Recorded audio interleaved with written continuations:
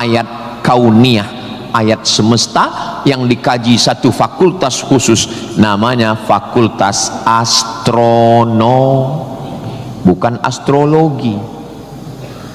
Yang perlu dipelajari itu astronomi, bukan astrologi. Kalau yang astrologi itu, Anda lahir bulan April, bintang Anda Taurus, jangan jatuh cinta dengan Pisces.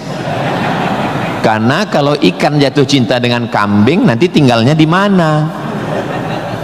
Buang-buang waktu aja itu, nggak usah dikaji. Tapi ketika berpikir tentang astronomi, tentang ilmu langit, maka umat Islam sudah lama mengkaji itu yang disebut dengan ilmu falak. Ilmu falak itu yang dipakai oleh Badan Lembaga Hisab dan Ru'yah. Hisab artinya perhitungan, menghitung bagaimana tingginya matahari, bulan di atas ufuk. Kenapa terjadi persimpangan antara NU dengan Muhammadiyah tentang penetapan 1 Ramadan dan 1 Syawal? Itu berawal dari titik astronomi. Karena menurut Muhammadiyah, kalau sudah nampak 1 hilal, walaupun dia tingginya 0,5 derajat atau 1 derajat, maka itu sudah dianggap sebagai hilal. Tapi menurut NU, Persis, Al-Wasliyah, Nahdlatul Ulama, maka mereka mensyaratkan sesuai syarat Mabim, Malaysia, Brunei, Indonesia, Singapura, mensyaratkan mesti 3 derajat. 3 derajat baru dianggap sebagai hilal. Kalau 1 belum dianggap sebagai hilal. Kata Muhammadiyah 1 pun hilal, kata NU 3 baru hilal. Akhirnya datang wakil presiden Indonesia, namanya Bapak Yusuf Kala. Pak JK duduk dengan NU dan Muhammadiyah. Kata Pak JK, gimana kalau NU turunkan 1, Muhammadiyah naikkan 1? Karena beliau kan pengusaha, bisnismen, biar supaya ketemu titik temu. Ya nggak ketemu, karena ini metodologinya berbeda. Akhirnya karena nggak ketemu, itulah terjadi 2 perbedaan. Maka umat Islam di Indonesia, dia saling menjaga perasaan masing-masing. Akhirnya masing-masing mengamalkan. Yang 1 dengan 1 derajatnya, dengan 0,2-nya, yang 1, dan nanti akan terulang lagi pada tanggal 20, pada tanggal 19, hari Kamis 19 Maret itu nanti satu Indonesia akan mengeluarkan teropong untuk melihat astronomi, apakah nampak anak bulan atau tidak. Di Riau itu teropongnya dibeli dulu harganya 50 juta. Sejak dibeli sampai sekarang nggak pernah nampak hilal.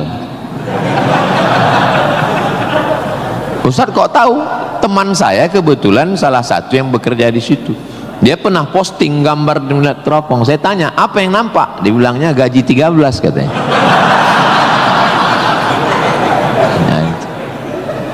Nah, itu hanya bisa diselesaikan oleh astronomi. Ilmunya, orangnya astronom. Inna fi khalqis samawati wal ardi, bumi, satu fakultas muncul, namanya fakultas geologi. Geo bumi, logi ilmu, geologi ilmu bumi.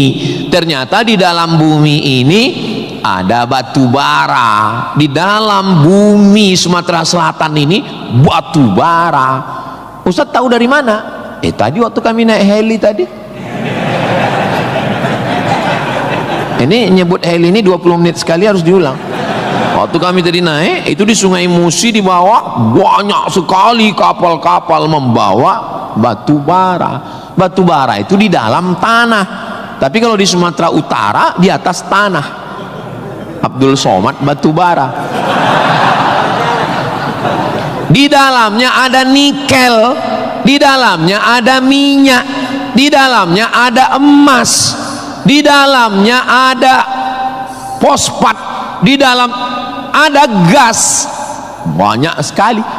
Sebetulnya yang dicari Donald Bebek itu apa?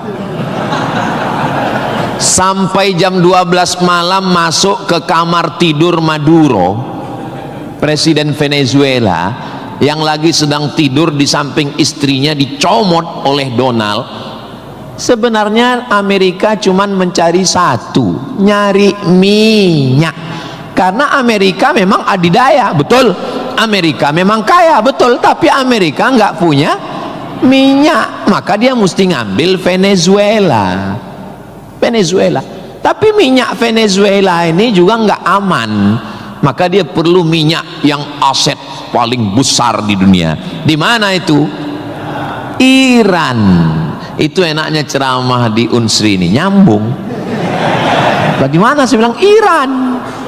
Dulu nama presidennya Reza Pahlavi, bisa diatur oleh Amerika, tapi kemudian datanglah pemimpin spiritual namanya Ayatollah Khomeini tahun 79 tahun 80, maka semua perusahaan Eropa, Amerika stop, nggak boleh masuk.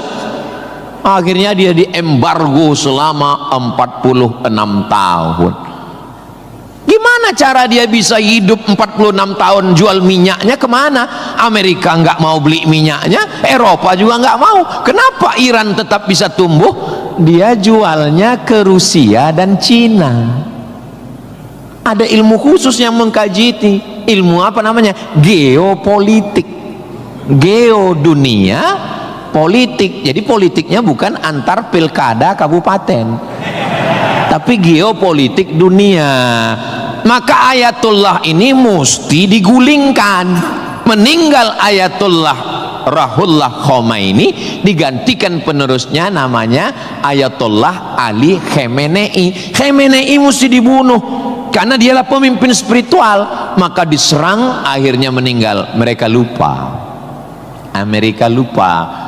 Dia sangka kalau kepalanya dipotong ini mati. Mereka lupa bahwa Iran pernah berperang 8 tahun dengan Irak. Siapa yang membiayai Irak waktu itu menghantam Iran? Amerika. Siapa yang disuruh menghabisi? Saddam Hussein. Saddam bantai. Sebetulnya itu latihan perang.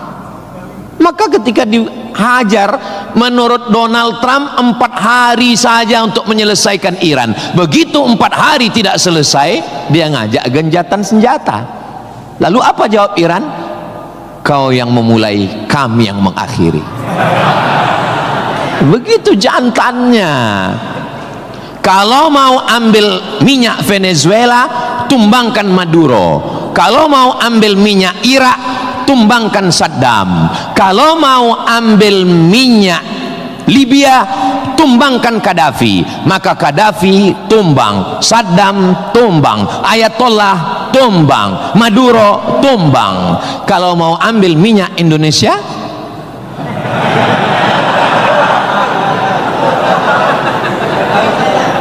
saudaraku yang dimuliakan Allah Subhanahu wa taala, itulah hebatnya.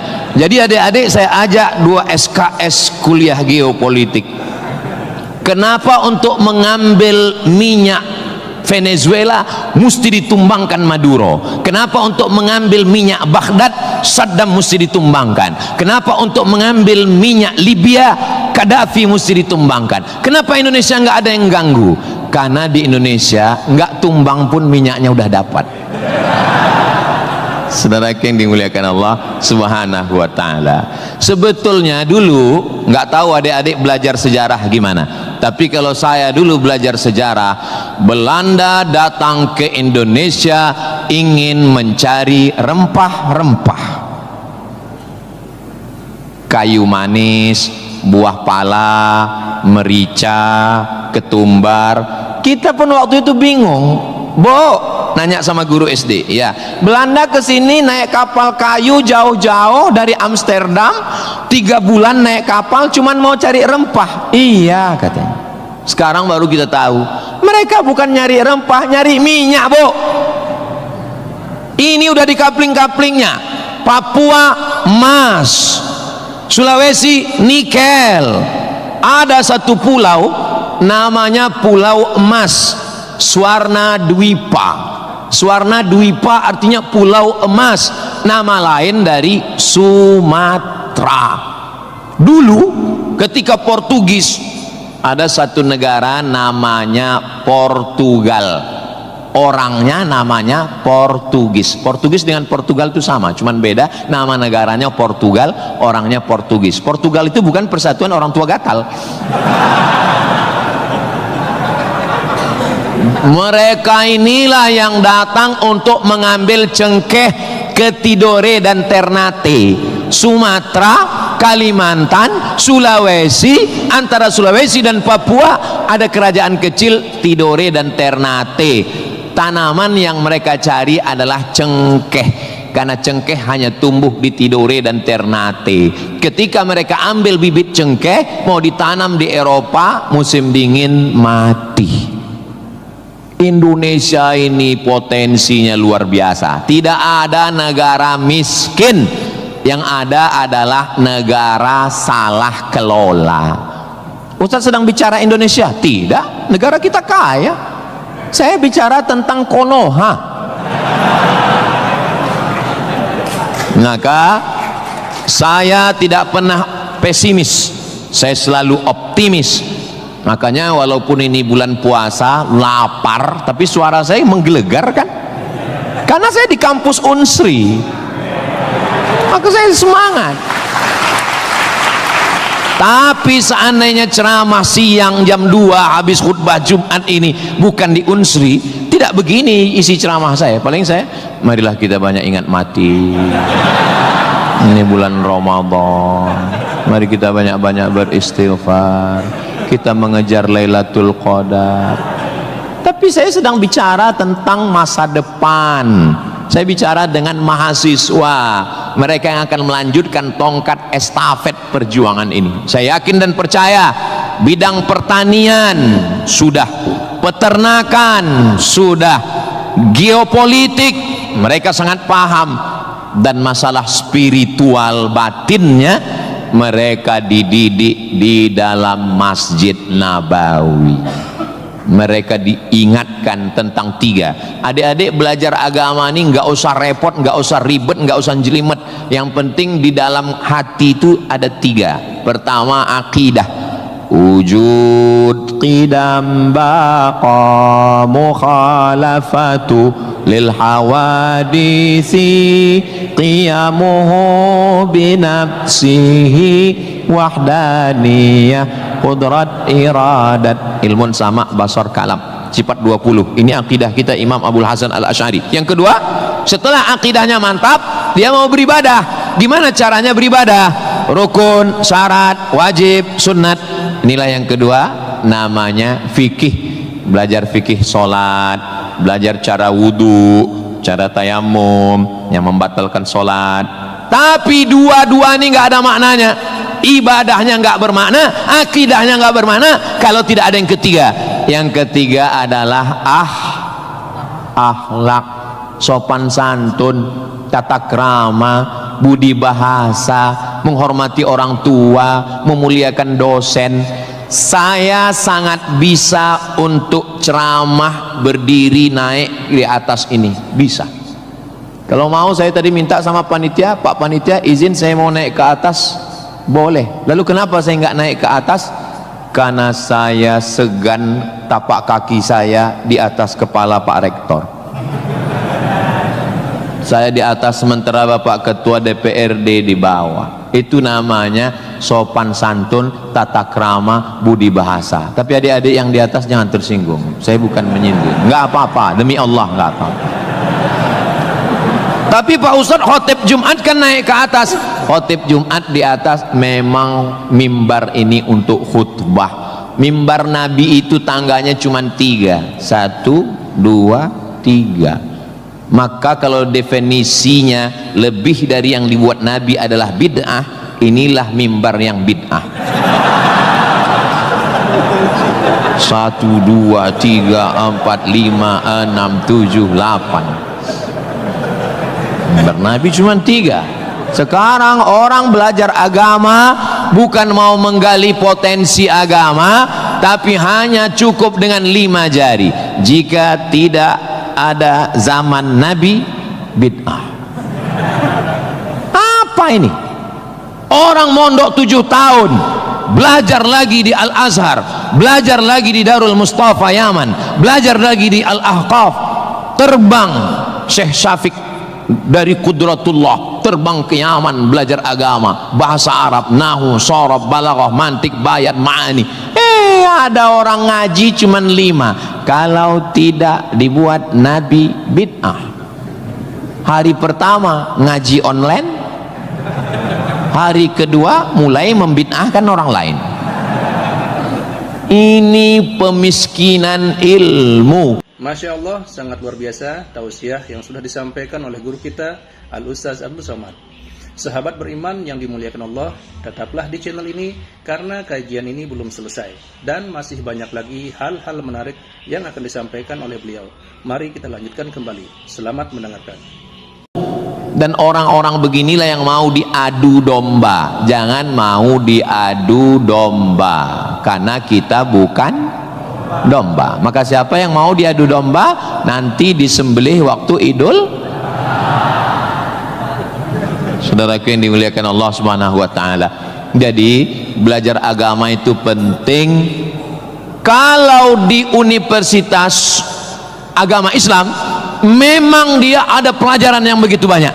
Tapi di universitas umum mereka belajar 2 SKS, 16 tatap muka, potong mid semester, potong pertemuan pertama, potong libur banjir, asap dan mati lampu.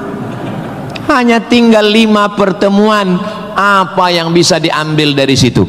Tapi saya optimis di Palembang, di Sumatera Selatan, orang tidak hanya ngaji di kampus, tapi juga ngaji di masjid. Bulan Ramadan ini pengajian penuh. Kultum subuh, kultum duha, kultum zuhur, kultum asar, kultum menjelang berbuka, kultum habis isya menjelang tarawih, tambah malam 10 terakhir kultum iktikaf. Maka ada namanya madrasah Ramadan. Kira-kira selesai Ramadan ini apa yang bertambah? Alhamdulillah Ustaz Somad, selesai berRamadan ini ada 5 yang bertambah. Apa dia? Berat badan, kolesterol, gula darah, diabetes, asam lambung. Mudah-mudahan selesai Ramadan ini kita sehat walafiat semuanya insyaallah.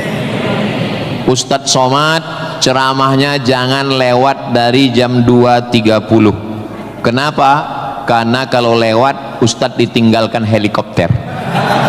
Begitu arahan tadi. Saya sebetulnya mau berlama-lama dengan adik-adik sekalian karena saya nyaman ceramah di Unsri ini. Tapi apalah daya, memang sedap makan ikan gulama dimakan sambil nonton Harry Potter. Saya tidak bisa berlama-lama karena takut ditinggalkan helikopter. Itulah yang dapat saya sampaikan pada kesempatan yang baik dan mulia ini. Adapun tepuk tangan yang kurang semangat saya maklum karena lapar semuanya. Kepada Bapak Rektor dan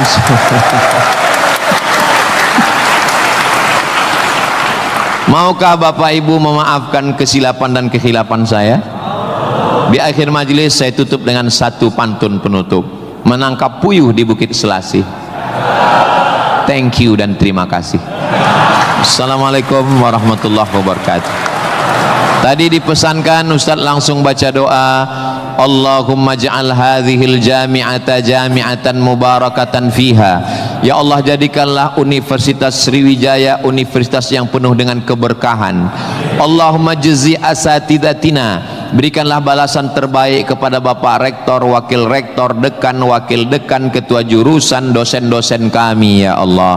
Sahih ajsadahum, sehatkan badannya, qawi imanahum, kuatkan imannya, wajzi hasanatihim, berikan balasan terbaik untuk guru-guru kami ya Allah.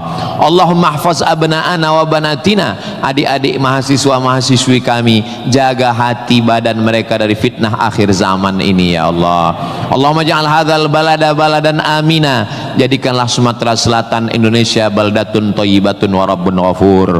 Allahumma dafa'an al-ghala wal waba wal fahsya wal riba waz zina, selamatkan dari malapetaka bencana riba, zina, narkoba, perbuatan keji dan mungkar. Allahumma ansur ikhwanana al-mujahidin al-mustad'afina fi Palestin, tolong saudara kami yang sedang teraniaya di Palestina ya Allah. Rabbana taqabbal minna, terimalah salat kami, puasa kami, qiyamul lail kami, tahajud kami, zikir kami, khataman Quran kami. Wa tammim taqsirana, sempurnakan segala kekurangan kami. Waqtim bis salihati a'malana, tutup umur kami dengan husnul khatimah. Kama jama'tana fi hadzal majlisil mubarak, sebagaimana engkau kumpulkan kami di majlis ilmu, di tempat terbaik, di waktu yang baik, dengan ibadah yang baik, kumpulkan kami nanti di surga bersama Nabi Muhammad sallallahu alaihi wasallam. Rabbana atina fid dunya hasanah wa fil akhirati hasanah wa qina adzabannar. Wa sallallahu ala sayyidina Muhammad wa ala alihi wa sahbihi wa sallam, walhamdulillahi rabbil alamin. Taqabbalallahu minkum minna wa minkum taqabbal ya karim. Adik-adik jangan berdiri dulu, duduk. Saya dengan Pak Rektor dengan Civitas Akademika duduk di depan, lalu diambil fotonya dari sini. Soto bukan sembarang soto, soto dimakan di tengah laut, foto bukan sembarang foto, habis foto cepat diupload. Assalamualaikum warahmatullahi wabarakatuh. Alhamdulillahirrabbilalamin. Demikianlah tausiah yang sangat luar biasa yang sudah kita dengarkan bersama dari guru kita Al-Ustaz Abdul Somad. Tentunya banyak sekali ilmu, hikmah dan manfaat yang bisa kita jadikan pelajaran dalam kehidupan kita sehari-hari. Sahabat beriman yang dimuliakan Allah, mari kita doakan guru kita, semoga beliau selalu diberikan kesehatan dan dimudahkan segala urusannya. Dan buat sahabat semua yang sudah setia menyimak video ini sampai selesai, saya ucapkan terima kasih banyak. Semoga Allah Subhanahu wa Ta'ala senantiasa selalu melimpahkan segala rahmat dan karunia-Nya kepada sahabat semua. Selalu diberikan kesehatan, dimudahkan segala urusannya, dan dilancarkan rezekinya. Amin ya Rabbal Alamin. Demikian yang dapat saya bagikan, kurang lebihnya mohon maaf. Sampai bertemu lagi di video berikutnya. Wassalamualaikum warahmatullahi wabarakatuh. Setelah kita mendengarkan bersama tausiah yang sangat luar biasa dari guru kita Al-Ustaz Abdul Somad, sekarang mari kita lanjutkan aktivitas kita masing-masing. Semoga apa yang sudah disampaikan oleh beliau bisa menjadi ilmu yang bermanfaat dalam kehidupan kita sehari-hari. Selamat beraktivitas buat sahabat semua dan sukses selalu. Sampai bertemu lagi di video Ar-Razzaq 313 berikutnya. Wabillahi taufiq wal hidayah. Wassalamualaikum warahmatullahi wabarakatuh. Bismillahirrahmanirrahim. Assalamualaikum warahmatullahi wabarakatuh. Alhamdulillahirrabbilalamin. Wassalatu wassalamu ala asyrafil anbiya wal mursalin Sayyidina Muhammadin wa ala alihi wa sahbihi ajma'in, amma ba'du. Sahabat beriman yang dirahmati Allah, syukur alhamdulillah kita bertemu lagi di channel Ar-Razzaq 313. Pada kesempatan yang berbahagia ini, saya mengajak kita semua untuk bersama-sama mendengarkan tausiah yang sangat luar biasa yang akan disampaikan oleh guru kita Al-Ustaz Abdul Somad. Tentunya banyak sekali ilmu, hikmah dan manfaat yang bisa kita jadikan pelajaran dalam kehidupan kita sehari-hari. Berikut ini mari kita sama-sama dengarkan isi tausiah beliau. Selamat mendengarkan. Sebetulnya yang dicari Donald Bebek itu apa? Sampai jam 12 malam masuk ke kamar tidur Maduro, Presiden Venezuela, yang lagi sedang tidur di samping istrinya dicomot oleh Donald. Sebenarnya Amerika cuman mencari satu, nyari minyak. Karena Amerika memang adidaya, betul. Amerika memang kaya, betul. Tapi Amerika nggak punya minyak, maka dia mesti ngambil Venezuela. Tapi minyak Venezuela ini juga nggak aman. maka dia perlu minyak yang aset paling besar di dunia. Di mana itu? Iran. Itu enaknya ceramah di Unsri ini, nyambung. Di mana? Saya bilang Iran. Dulu nama presidennya Reza Pahlavi, bisa diatur oleh Amerika, tapi kemudian datanglah pemimpin spiritual namanya Ayatollah Khomeini tahun 79 tahun 80, maka semua perusahaan Eropa, Amerika stop, nggak boleh masuk. Akhirnya dia diembargo selama 46 tahun. Gimana cara dia bisa hidup 46 tahun? Jual minyaknya kemana? Amerika nggak mau beli minyaknya, Eropa juga nggak mau. Kenapa Iran tetap bisa tumbuh? Dia jualnya ke Rusia dan Cina. Ada ilmu khusus yang mengkaji ini. Ilmu apa namanya? Geopolitik. Geo dunia, politik. Jadi politiknya bukan antar pilkada kabupaten, tapi geopolitik dunia. Maka Ayatullah ini mesti digulingkan. Meninggal Ayatullah Ruhollah Khomeini, digantikan penerusnya namanya Ayatollah Ali Khamenei. Khamenei mesti dibunuh karena dialah pemimpin spiritual, maka diserang, akhirnya meninggal. Mereka lupa, Amerika lupa.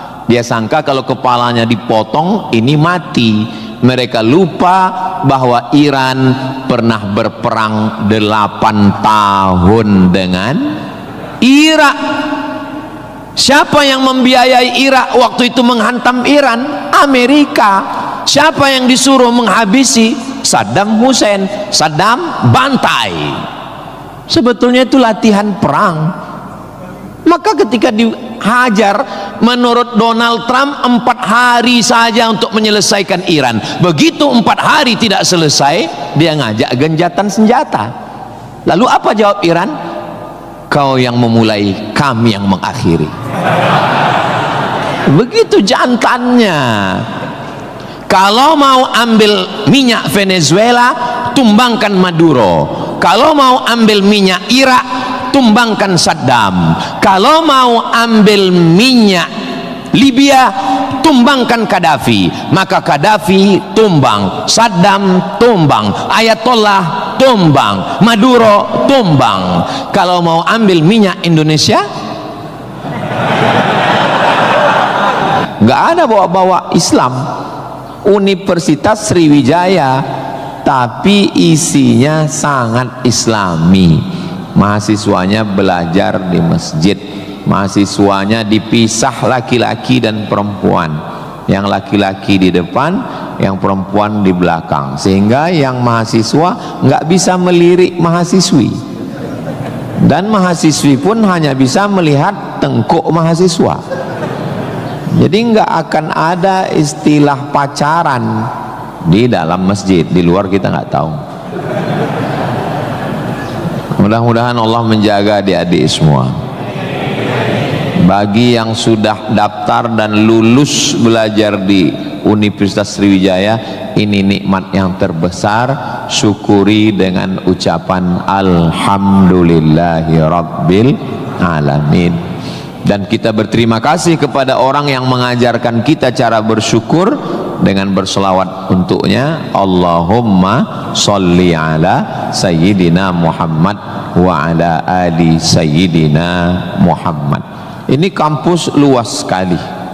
Saya tadi dibawa dari sholat Masjid Polda pergi ke parkir helikopter. Lalu saya sebenarnya mau cerita bahwa saya naik heli, itu aja sebetulnya. Iya, kadang orang cerita mutar-mutar, substansinya sulit dipahami. Kenapa kita mesti naik heli? Ini kampusnya Ustadz kalau lewat tol lebih kurang 40 menit dari kota Palembang. Kenapa kampusnya mesti jauh? Ternyata di sini ada 700 hektar kampus yang begitu luas, dan di sini tidak hanya manusia, monyet pun jumpa tadi. Jadi kampus itu idealnya memang begitu. Jangan sampai fakultas pertanian nggak pernah megang tanah, beternak ikan di atas kertas. Fakultas peternakan, fakultas perikanan, tapi nggak pernah megang ikan, hanya presentasi makalah. Begitu lulus kerja jadi teller di bank, nggak nyambung. Maka di sini praktek. Tadi saya diberitahu oleh Bapak Ketua HIPMI, Ustadz Somad, ini tempat praktek pertanian. Masya Allah, negara kita ini, kami dari atas tadi, gemah ripah loh jenawi, tongkat dan batu jadi tanaman, hijau untayan katulistiwa, tapi berasnya impor. Kenapa? Padahal tanah begitu luas. Menunggu sarjana-sarjana pertanian dari Universitas Sriwijaya. Begitu. Kenapa enggak kita tanam? Kalau kita tanam otomatis tanah kita berkah. Kalau sudah dia nanam padi, pasti dia malam berdoa sama Allah, tumbuhkan padiku, berkahkan rezekiku, turunkan hujannya. Kalau sudah ditanam, otomatis ekonomi bangkit, orang akan bekerja, otomatis padi tadi akan dibawa ke kilang padi untuk mengupas kulit padi jadi beras. Berasnya diperdagangkan, diniagakan di pasar-pasar hidup. Tapi tidak semua orang mau.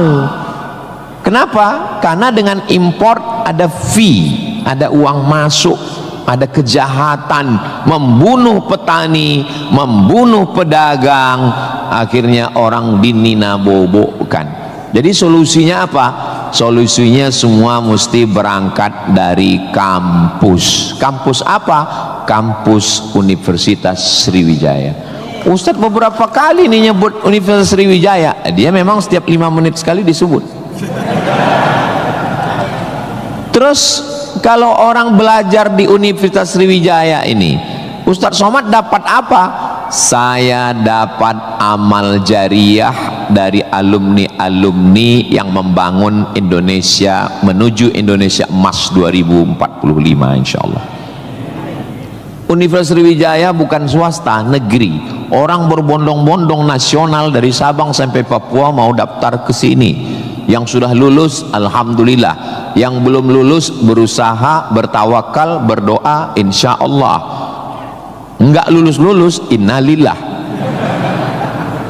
Sudah lulus, belajar, banggakan orang tua. Enggak usah dulu matanya jelalatan, lirik sana lirik sini, nembak cewek enggak diterima, cinta ditolak, kapak bertindak. Enggak usah, serius aja belajar. Saya jadi mahasiswa sama seperti adik-adik. Saya sampai di Kairo 5 September 1998. Belajar 99, 2000, 2001, 2002. 4 tahun saya di Mesir, tidak pernah pacaran sekalipun. Makanya saya ngomong sekarang ringan. Coba kalau saya dulu playboy cap gayung, susah saya ngomong. Jadi apa yang kita rasakan waktu kuliah dulu, ya kita lah ngomongnya cair aja. Adik-adik jangan pacaran, yang penting kualitas belajar, sibuk menyibukkan pikiran untuk belajar. Terus Ustadz dulu nggak pacaran itu gimana ceritanya? Mahasiswa Indonesia 2400, yang laki-laki 2100, yang perempuan 300. Saya termasuk yang tereliminasi, kalah dalam persaingan. Tapi kalau kita kalah dari satu sisi, jangan kalah dari sisi yang lain. Saya alhamdulillah untuk masalah pacaran mungkin saya kalah. Saya bukan petualang, saya kurang suka adventure. Tapi dalam masalah belajar saya serius. Di Al-Azhar tidak pakai sistem SKS, dia pakai sistem paket. 1 tahun ada 14 mata kuliah, tambah 2 juz hafalan Quran dan dibagi 2 termen, 7 termen awal, 7 termen 2, 14 mata kuliah. Kalau nggak lulus 3, ulang setahun. 3 mata kuliah itu hanya diulang dalam setahun, habis umur. Maka saya berusaha belajar pagi, petang, siang, malam, tetap tidur dan makan, dan akhirnya saya selesai S1 masuk bulan September. Saya selesai S1 bulan Juli. Saya selesaikan S1 saya 3 tahun 10 bulan. Selesai 3 tahun 10 bulan. Belajarnya bahasa Arab, diktatnya bahasa Arab, dosennya orang Arab. Maka saya kalau ketemu sama mahasiswa, saya tanya, semester berapa? 4 Pak Ustadz. Tapi mukanya kok tua kali. 14 Pak Ustadz. Kok bisa kamu sampai semester 14? Dosennya orang Indonesia, diktatnya bahasa Indonesia, referensinya Indonesia, campur Inggris dikit, makalah bisa campur AI. Kenapa kuliah bisa begitu lama? Apa kuncinya Ustadz, kenapa kuliah bisa cepat? Kuncinya simple aja. Saya kan belajar dulu dapat beasiswa dari Al-Azhar. Al-Azhar itu kalau tidak naik tingkat setahun, beasiswanya potong 50%. Kalau nggak naik 2 tahun, putus. Kalau 3 tahun nggak naik, DO. Kalau sudah DO, tidak dikasih tiket pulang. Siap-siap membuat rakit dari Sungai Nil ke Sungai Siak. Jadi yang membuat saya serius belajar itu adalah karena takut nggak makan dan takut nggak dapat tiket pulang. Jadi saya juga terlalu muluk-muluk. Saya nggak berani juga menasihati adik-adik. Saya belajar serius karena takut kepada Allah. Dulu kita nggak begitu. Ya itu. Makanya kalau ada mahasiswa, Ustaz Somad, ya, tolong saya kasih tips biar supaya serius belajar dan nggak pacaran. Saya bilang, cewek itu mau sama kau karena kau berduit. Kalau kau nggak berduit, nggak ada cewek mau. Kalau ada juga cewek mau, kau nggak berduit, dia tetap mau. 2 kemungkinan. Pertama, memang kau bertuah. Yang kedua, cewek itu bodoh. Iya, kan bodoh itu. Udah jelas laki-laki nggak ada duit, mau juga dia. Pelet apa yang dia pakai? Dari semester 1 pacaran, semester 2 sampai KKN, bonceng sana bonceng sini, pergi sana pergi sini, pacaran 5 tahun, ditinggal pas lagi sayang-sayangnya. Mohon maaf, kalau ada mahasiswi yang mau pacaran sampai 5 tahun, itu sama seperti iklan roti, dibuka, dijilat, dicelupin, gak dimakan-makan. Kira-kira yang rugi cewek apa cowok?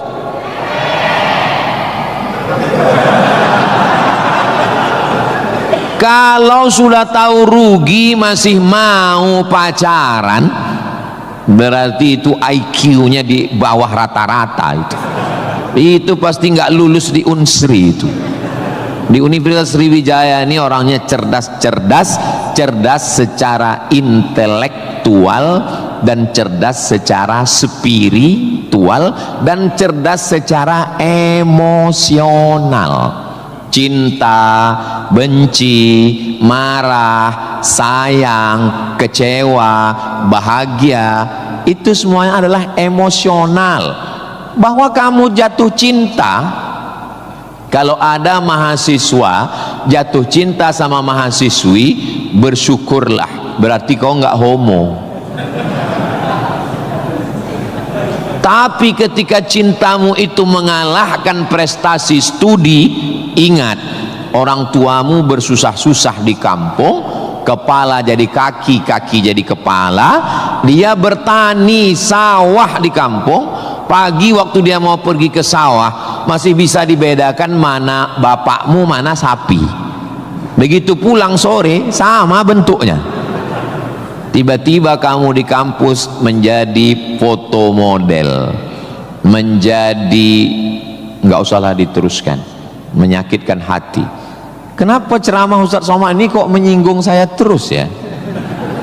Kunci mendengar ceramah Ustadz Somad itu satu, jangan tersinggung. Ada beberapa orang tersinggung, pulang meninggal.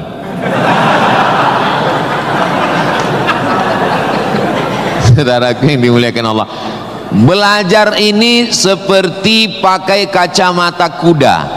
Jadi waktu belajar dulu pakai kacamata kuda, jangan tengok kanan, jangan tengok kiri, fokus ke depan, tentukan arahmu, maka alam semesta akan membantu. Tentukan targetmu, mana last destination, stasiun terakhir yang mau ditarget mana. Setelah itu langkah karena kakimu, karena kau bertuhan, serahkan pada Allah. Bismillahi tawakkaltu ala Allah, la haula wala quwata illa billah. Ustadz dulu cita-citanya apa? Cita-cita saya selesai S1, habis itu saya S2, habis itu saya S3. Setelah saya doktor, saya mau jadi dosen, dan setelah nanti dapat duit, saya mau membahagiakan orang tua. Cita-cita saya nggak banyak. Nggak ada cita-cita saya dulu diundang memberikan kuliah umum ke Universitas Sriwijaya, naik helikopter. Nggak ada sama sekali. Nggak terpikir di kepala saya. Nggak ada terlintas. Cita-cita saya simple, singkat aja. Yang penting kuliah S1, S2, S3, habis itu doktor, jadi dosen, pulang ke kampung, ngajar, membahagiakan orang tua. Makanya waktu saya kuliah di Maroko, saya anak pertama, adik saya anak kedua. Kami cuman berdua, adik beradik, saudara kandung laki-laki dua-duanya. Kata adik saya mau nikah. Saya tunggu kamu pulang selesai S2 di Maroko atau gimana? Saya bilang kau nikah aja duluan, karena aku nggak jelas tanggalnya nih kapan. Pulang pun aku belum tentu nikah. Aku masih banyak cita-citaku. Aku masih selesai S2, aku mau S3, aku mau jadi dosen, aku dapat uang, bahagiakan. Kau kalau mau nikah, nikahlah duluan, jangan terhalang karena aku. Alhamdulillah adik saya menikah duluan.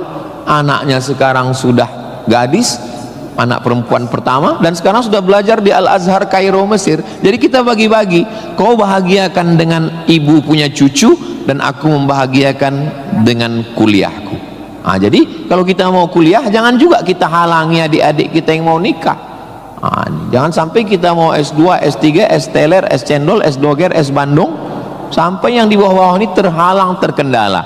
Nah, tapi insya Allah adik-adik semua sesuai dengan apa spesialisasi kita. Jangan belajar di tempat yang kita nggak minat, nggak suka, akhirnya kita menderita. Kita udah nggak suka bidang ini, tapi karena terpaksa akhirnya menderita, stres, depresi, mati. Apa yang suka?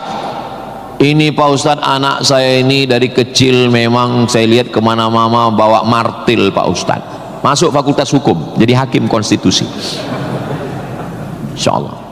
Nggak lulus Pak Ustadz, jadi tukang. Mohon maaf Pak tukang, jangan tersinggung. Karena masjid ini selesai juga karena ada tukang.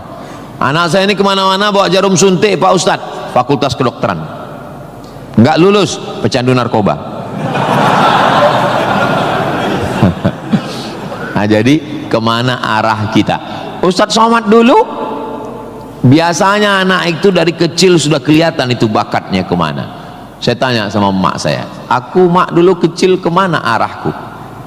Kau dulu, kata emak saya, kalau kusuruh beli gula sama beli minyak ke warung nggak pulang-pulang. Kenapa? Cerita sama orang di warung itu, cerita. Kalau lagi keluar main dulu itu, kalau masuk kelas jam istirahat itu dulu namanya keluar main. Bapak Zul gitu juga, berarti udah tua. Anak sekarang nggak tahu, sebaya kita berarti sama-sama 28 tahun. Masalah umur ini kan bukan masalah angka, tapi masalah rasa. Saya terus terang, kalau di tempat lain saya ceramah saya merasa tua, tapi di Unsri ini rasa semester 7 ini sekarang. Nah itu, maka saya memang minta itu kepada Ustadz Kemas Ali, tolong kalau saya datang ke Sumatera Selatan 5 unsur mesti tercapai. Saya ada ceramah di kantor, alhamdulillah tadi sudah di kantor polisi. Tolong bawa saya ceramah di Tanah Lapang, tablik akbar supaya semua masyarakat dapat. Yang ketiga ceramah di masjid supaya ada pengajian yang betul-betul ngaji, biasanya subuh. Yang keempat adalah ceramah di spesialisasi, kadang ceramah di IDI, Ikatan Dokter Indonesia, ceramah di PERADI, Persatuan Advokat Indonesia. Kemudian satu lagi di kampus. Kenapa saya minta kampus? Karena kampus ini masa depan. Kalau panti jompo itu masa lalu. Ustaz jangan disebut jompo. Kami di sini ada juga yang tua. Saya tidak ada melihat orang tua di sini. Ini hanyalah anak-anak muda yang terjebak di tubuh yang tua. Jadi sebetulnya masalah tua dan muda itu adalah masalah semangat dan perasaan. Kalau semangatnya muda, perasaannya muda, maka disebut dia dengan sumpah pemuda. Padahal yang bersumpah itu orang tua. Tapi karena dia semangat, memang luar biasa Masjid Nabawi Unsri ini. TV-nya 4 di kiri, 4 di kanan.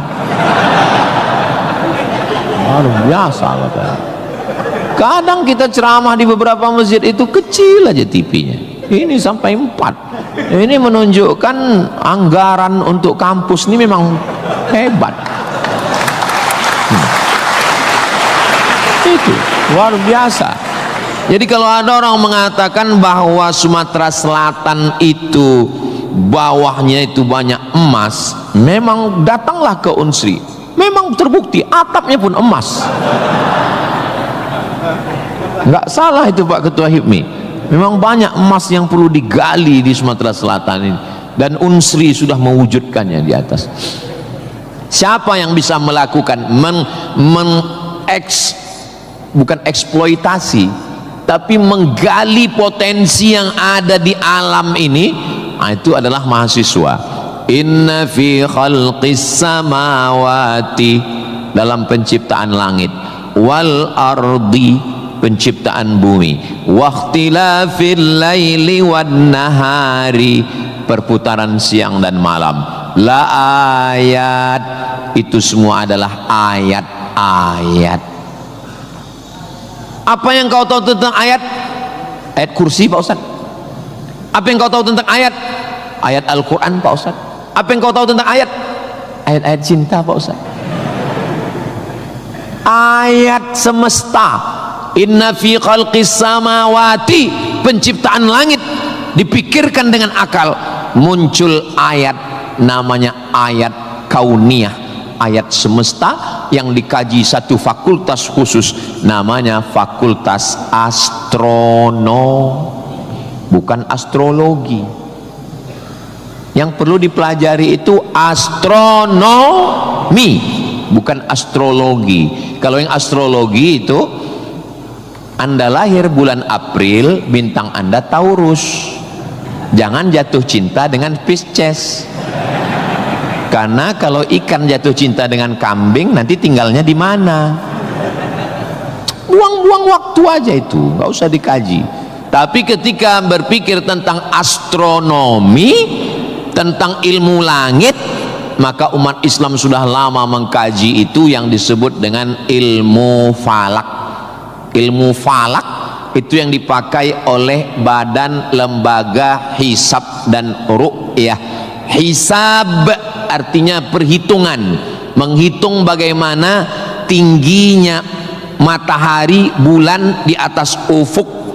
Kenapa terjadi persimpangan antara NU dengan Muhammadiyah tentang penetapan 1 Ramadan dan 1 Syawal? Itu berawal dari titik astronomi. Karena menurut Muhammadiyah, kalau sudah nampak 1 hilal, walaupun dia tingginya 0,5 derajat, atau 1 derajat, maka itu sudah dianggap sebagai hilal.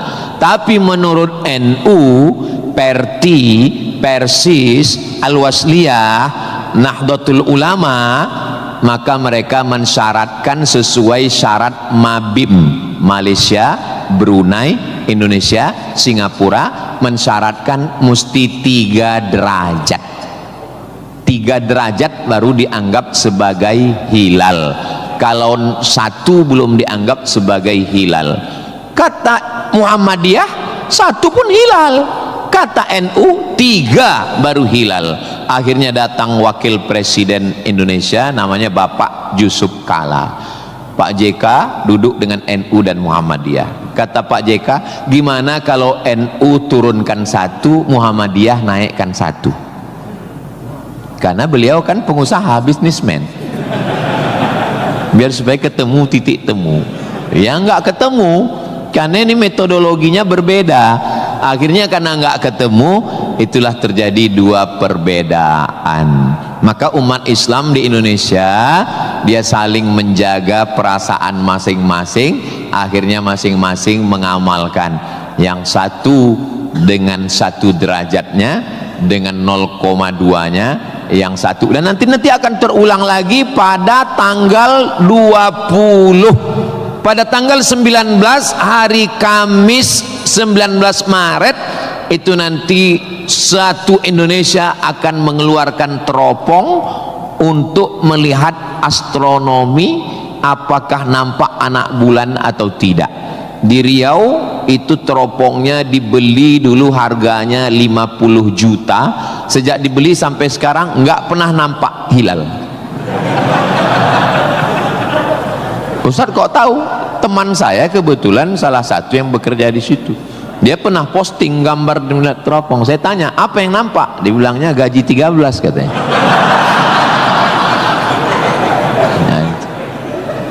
Nah, itu hanya bisa diselesaikan oleh astronomi.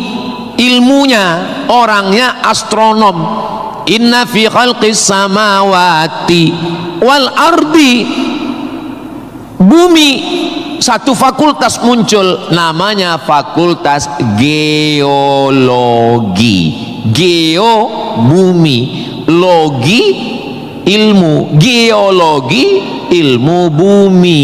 Ternyata di dalam bumi ini ada batu bara. Di dalam bumi Sumatera Selatan ini batu bara. Ustaz tahu dari mana? Tadi waktu kami naik heli tadi. Ini nyebut heli ini 20 menit sekali harus diulang. Waktu kami tadi naik, itu di Sungai Musi di bawah banyak sekali kapal-kapal membawa batu bara. Batu bara itu di dalam tanah. Tapi kalau di Sumatera Utara di atas tanah. Abdul Somad batu bara.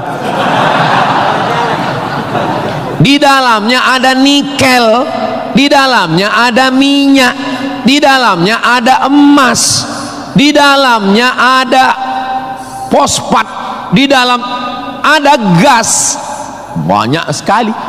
Sebetulnya yang dicari Donald Bebek itu apa? Sampai jam 12 malam masuk ke kamar tidur Maduro, presiden Venezuela, yang lagi sedang tidur di samping istrinya dicomot oleh Donald. Sebenarnya Amerika cuman mencari satu, nyari minyak. Karena Amerika memang adidaya, betul. Amerika memang kaya, betul. Tapi Amerika nggak punya minyak, maka dia mesti ngambil Venezuela. Tapi minyak Venezuela ini juga nggak aman, maka dia perlu minyak yang aset paling besar di dunia. Di mana itu? Iran. Itu enaknya ceramah di Unsri ini, nyambung. Bagaimana saya bilang Iran?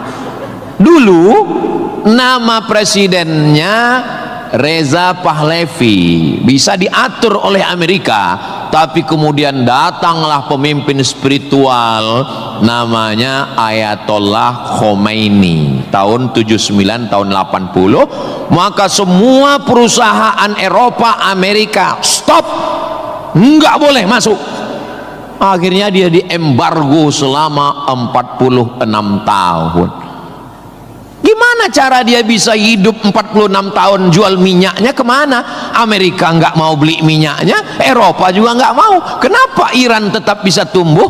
Dia jualnya ke Rusia dan Cina. Ada ilmu khusus yang mengkaji ini. Ilmu apa namanya? Geopolitik. Geo dunia, politik. Jadi politiknya bukan antar pilkada kabupaten, tapi geopolitik dunia. Maka Ayatullah ini mesti digulingkan. Meninggal Ayatullah Ruhollah Khomeini, digantikan penerusnya namanya Ayatollah Ali Khamenei. Khamenei mesti dibunuh karena dialah pemimpin spiritual. Maka diserang, akhirnya meninggal. Mereka lupa, Amerika lupa. Dia sangka kalau kepalanya dipotong ini mati. Mereka lupa bahwa Iran pernah berperang 8 tahun dengan Irak. Siapa yang membiayai Irak waktu itu menghantam Iran? Amerika. Siapa yang disuruh menghabisi? Saddam Hussein. Saddam bantai. Sebetulnya itu latihan perang. Maka ketika dihajar, menurut Donald Trump 4 hari saja untuk menyelesaikan Iran. Begitu 4 hari tidak selesai, dia ngajak genjatan senjata. Lalu apa jawab Iran? Kau yang memulai, kami yang mengakhiri. Begitu jantannya. Kalau mau ambil minyak Venezuela, tumbangkan Maduro. Kalau mau ambil minyak Irak, tumbangkan Saddam. Kalau mau ambil minyak Libya, tumbangkan Gaddafi. Maka Gaddafi tumbang, Saddam tumbang, Ayatollah tumbang, Maduro tumbang. Kalau mau ambil minyak Indonesia,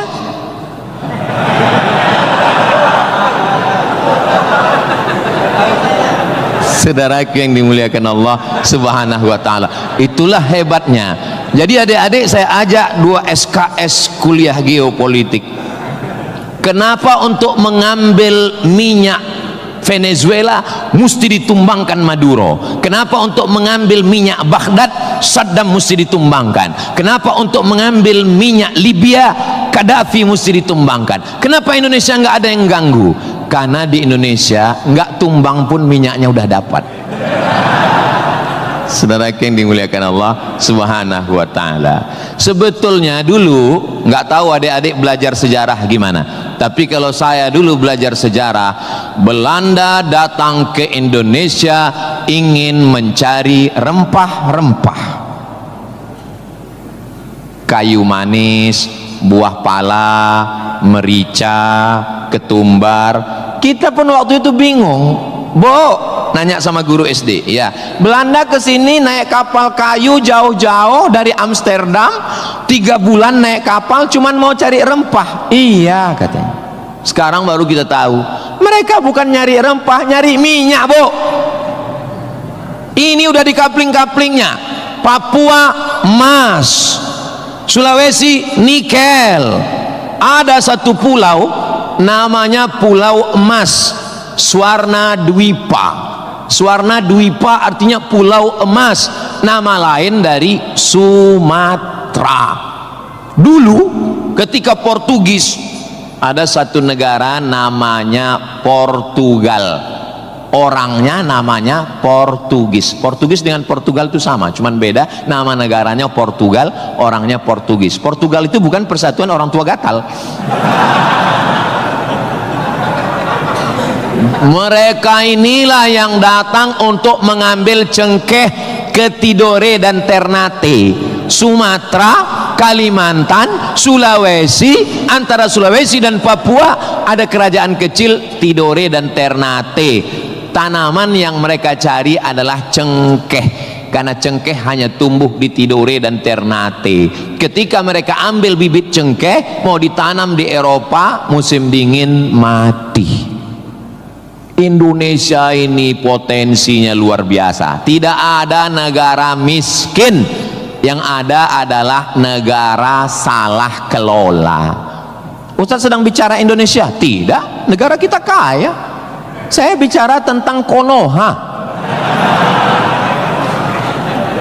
Maka saya tidak pernah pesimis, saya selalu optimis. Makanya walaupun ini bulan puasa, lapar, tapi suara saya menggelegar kan? Karena saya di kampus Unsri, maka saya semangat. Tapi seandainya ceramah siang jam 2 habis khutbah Jumat ini bukan di Unsri, tidak begini isi ceramah saya. Paling saya, marilah kita banyak ingat mati. Ini bulan Ramadan, mari kita banyak-banyak beristighfar, kita mengejar Lailatul Qadar. Tapi saya sedang bicara tentang masa depan. Saya bicara dengan mahasiswa, mereka yang akan melanjutkan tongkat estafet perjuangan ini. Saya yakin dan percaya bidang pertanian sudah, peternakan sudah, geopolitik mereka sangat paham, dan masalah spiritual batinnya mereka dididik di dalam Masjid Nabawi. Mereka diingatkan tentang 3. Adik-adik belajar agama ini nggak usah repot, nggak usah ribet, nggak usah jelimet. Yang penting di dalam hati itu ada 3. Pertama, akidah. Wujud qidam baqa mukhalafatu lil hawadisi qiyamuhu binafsihi wahdaniyah qudrat iradat ilmun sama basar kalam sifat 20. Ini akidah kita Imam Abul Hasan Al-Asy'ari. Yang kedua, setelah akidahnya mantap, dia mau beribadah. Gimana caranya beribadah? Rukun, syarat, wajib, sunnat. Inilah yang kedua, namanya fikih. Belajar fikih solat, belajar cara wudhu, cara tayamum yang membatalkan solat. Tapi dua-dua ini nggak ada maknanya. Ibadahnya nggak bermakna, akidahnya nggak bermakna kalau tidak ada yang ketiga. Yang ketiga adalah akhlak, sopan santun, tata krama, budi bahasa, menghormati orang tua, memuliakan dosen. Saya sangat bisa untuk ceramah berdiri naik di atas ini, bisa.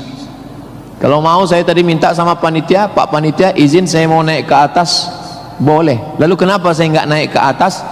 Karena saya segan tapak kaki saya di atas kepala Pak Rektor.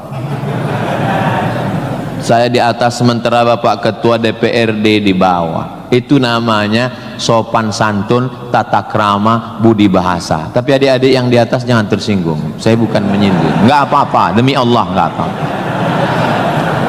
Tapi Pak Ustadz khotib Jumat kan naik ke atas. Khotib Jumat di atas memang mimbar ini untuk khutbah. Mimbar Nabi itu tangganya cuma 3. 1, 2, 3. Maka kalau definisinya lebih dari yang dibuat Nabi adalah bid'ah, inilah mimbar yang bid'ah.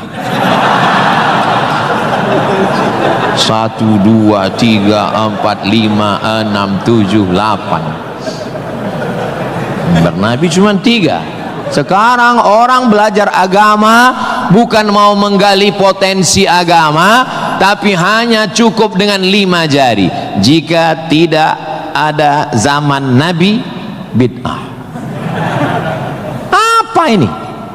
Orang mondok 7 tahun, belajar lagi di Al-Azhar, belajar lagi di Darul Mustafa Yaman, belajar lagi di Al-Ahqaf, terbang Syekh Syafiq dari Qudratullah, terbang ke Yaman belajar agama, bahasa Arab, nahu, sorob, balaghah, mantik, bayat, ma'ani. Ada orang ngaji cuman 5. Kalau tidak dibuat Nabi, bid'ah. Hari pertama ngaji online, hari kedua mulai membid'ahkan orang lain. Ini pemiskinan ilmu. Masya Allah, sangat luar biasa tausiah yang sudah disampaikan oleh guru kita Al-Ustaz Abdul Somad. Sahabat beriman yang dimuliakan Allah, tetaplah di channel ini karena kajian ini belum selesai dan masih banyak lagi hal-hal menarik yang akan disampaikan oleh beliau. Mari kita lanjutkan kembali. Selamat mendengarkan. Dan orang-orang beginilah yang mau diadu domba. Jangan mau diadu domba, karena kita bukan domba. Maka siapa yang mau diadu domba nanti disembelih waktu Idul. Saudaraku yang dimuliakan Allah Subhanahu wa taala. Jadi belajar agama itu penting. Kalau di universitas agama Islam memang dia ada pelajaran yang begitu banyak, tapi di universitas umum mereka belajar 2 SKS, 16 tatap muka, potong mid semester, potong pertemuan pertama, potong libur banjir, asap dan mati lampu. Hanya tinggal 5 pertemuan. Apa yang bisa diambil dari situ? Tapi saya optimis di Palembang, di Sumatera Selatan, orang tidak hanya ngaji di kampus tapi juga ngaji di masjid. Bulan Ramadan ini pengajian penuh, kultum subuh, kultum duha, kultum zuhur, kultum asar, kultum menjelang berbuka, kultum habis isya menjelang tarawih, tambah malam 10 terakhir kultum iktikaf. Maka ada namanya madrasah Ramadan. Kira-kira selesai Ramadan ini apa yang bertambah? Alhamdulillah Ustaz Somad, selesai berRamadan ini ada 5 yang bertambah. Apa dia? Berat badan, kolesterol, gula darah, diabetes, asam lambung. Mudah-mudahan selesai Ramadan ini kita sehat walafiat semuanya insyaallah. Ustaz Somad ceramahnya jangan lewat dari jam 2.30. Kenapa? Karena kalau lewat Ustadz ditinggalkan helikopter. Begitu arahan tadi. Saya sebetulnya mau berlama-lama dengan adik-adik sekalian karena saya nyaman ceramah di Unsri ini, tapi apalah daya, memang sedap makan ikan gulama dimakan sambil nonton Harry Potter. Saya tidak bisa berlama-lama karena takut ditinggalkan helikopter. Itulah yang dapat saya sampaikan pada kesempatan yang baik dan mulia ini. Adapun tepuk tangan yang kurang semangat saya maklum karena lapar semuanya. Kepada Bapak Rektor dan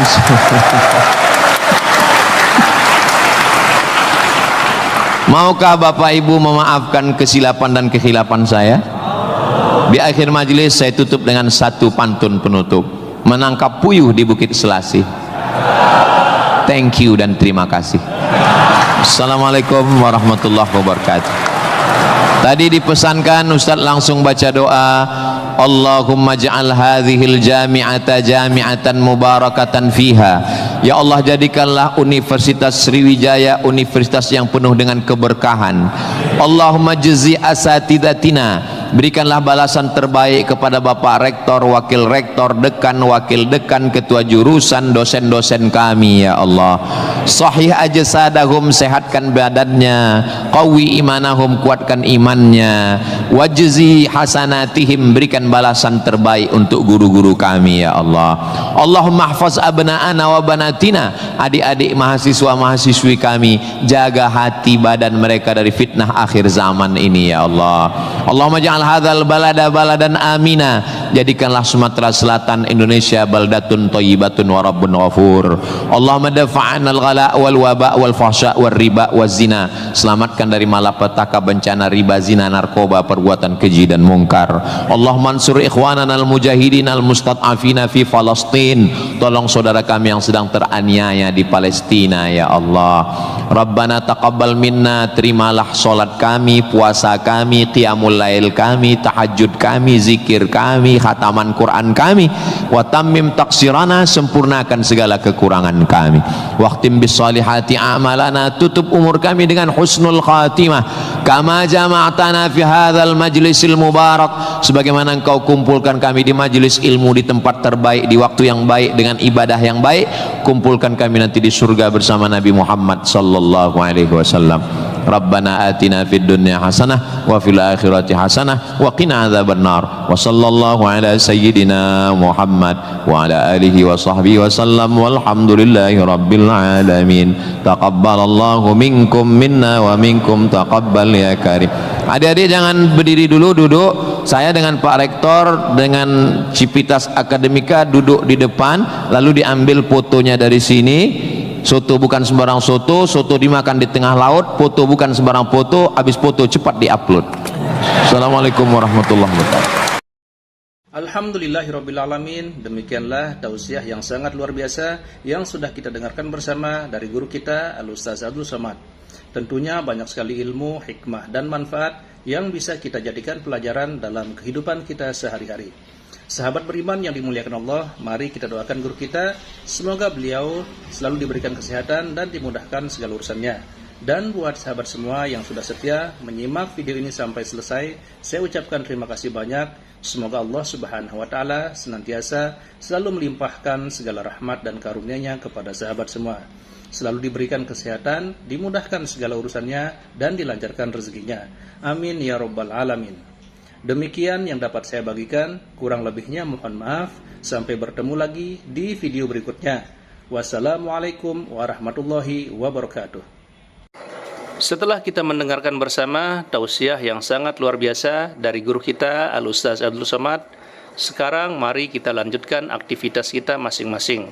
Semoga apa yang sudah disampaikan oleh beliau bisa menjadi ilmu yang bermanfaat dalam kehidupan kita sehari-hari. Selamat beraktivitas buat sahabat semua dan sukses selalu. Sampai bertemu lagi di video Ar-Razzaq 313 berikutnya. Wabillahi taufiq wal hidayah. Wassalamualaikum warahmatullahi wabarakatuh. Bismillahirrahmanirrahim. Assalamualaikum warahmatullahi wabarakatuh. Alhamdulillahirabbil alamin wassalatu wassalamu ala asyrafil anbiya'i wal mursalin sayyidina Muhammadin wa ala alihi wa sahbihi ajma'in, amma ba'du. Sahabat beriman yang dirahmati Allah, syukur alhamdulillah kita bertemu lagi di channel Ar-Razzaq 313. Pada kesempatan yang berbahagia ini, saya mengajak kita semua untuk bersama-sama mendengarkan tausiah yang sangat luar biasa yang akan disampaikan oleh guru kita Al-Ustaz Abdul Somad. Tentunya banyak sekali ilmu, hikmah, dan manfaat yang bisa kita jadikan pelajaran dalam kehidupan kita sehari-hari. Berikut ini, mari kita sama-sama dengarkan isi tausiah beliau. Selamat mendengarkan. Sebetulnya yang dicari Donald Bebek itu apa? Sampai jam 12 malam masuk ke kamar tidur Maduro, presiden Venezuela, yang lagi sedang tidur di samping istrinya dicomot oleh Donald.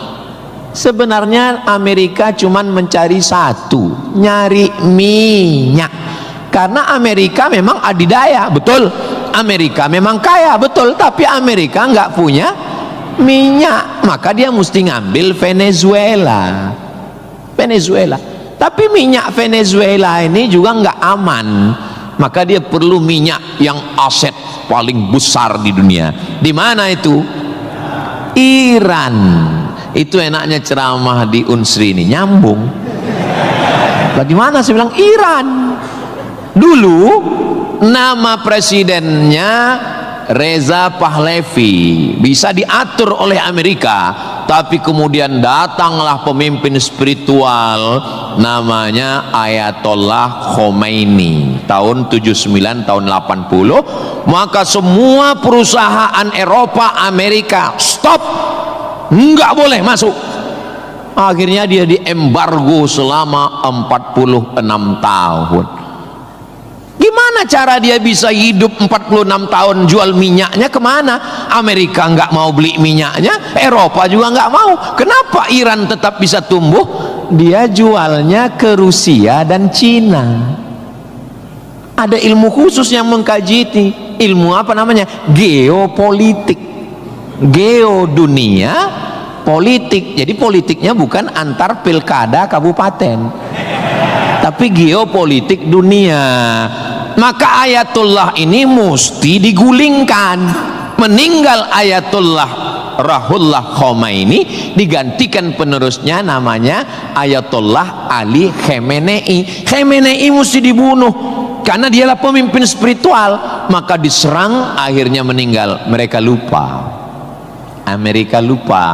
Dia sangka kalau kepalanya dipotong ini mati. Mereka lupa bahwa Iran pernah berperang 8 tahun dengan Irak.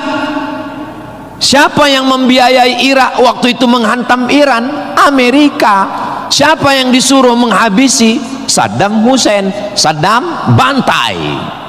Sebetulnya itu latihan perang. Maka ketika dihajar, menurut Donald Trump 4 hari saja untuk menyelesaikan Iran. Begitu 4 hari tidak selesai, dia ngajak genjatan senjata. Lalu apa jawab Iran? Kau yang memulai, kami yang mengakhiri. Begitu jantannya. Kalau mau ambil minyak Venezuela, tumbangkan Maduro. Kalau mau ambil minyak Irak, tumbangkan Saddam. Kalau mau ambil minyak Libya, tumbangkan Gaddafi. Maka Gaddafi tumbang, Saddam tumbang, Ayatollah tumbang, Maduro tumbang. Kalau mau ambil minyak Indonesia, nggak ada bawa-bawa Islam. Universitas Sriwijaya, tapi isinya sangat islami. Mahasiswanya belajar di masjid, mahasiswanya dipisah laki-laki dan perempuan, yang laki-laki di depan, yang perempuan di belakang, sehingga yang mahasiswa nggak bisa melirik mahasiswi, dan mahasiswi pun hanya bisa melihat tengkuk mahasiswa. Jadi nggak akan ada istilah pacaran di dalam masjid, di luar kita nggak tahu. Mudah-mudahan Allah menjaga adik-adik semua. Bagi yang sudah daftar dan lulus belajar di Universitas Sriwijaya, ini nikmat yang terbesar. Syukuri dengan ucapan Alhamdulillahi Rabbil Alamin. Dan kita berterima kasih kepada orang yang mengajarkan kita cara bersyukur dengan berselawat untuknya. Allahumma sholli ala Sayyidina Muhammad wa ala ali Sayyidina Muhammad. Ini kampus luas sekali. Saya tadi dibawa dari sholat Masjid Polda, pergi ke parkir helikopter, lalu saya sebenarnya mau cerita bahwa saya naik heli, itu aja sebetulnya. Iya, kadang orang cerita mutar-mutar, substansinya sulit dipahami. Kenapa kita mesti naik heli? Ini kampusnya Ustadz kalau lewat tol lebih kurang 40 menit dari kota Palembang. Kenapa kampusnya mesti jauh? Ternyata di sini ada 700 hektar kampus yang begitu luas, dan di sini tidak hanya manusia, monyet pun jumpa tadi.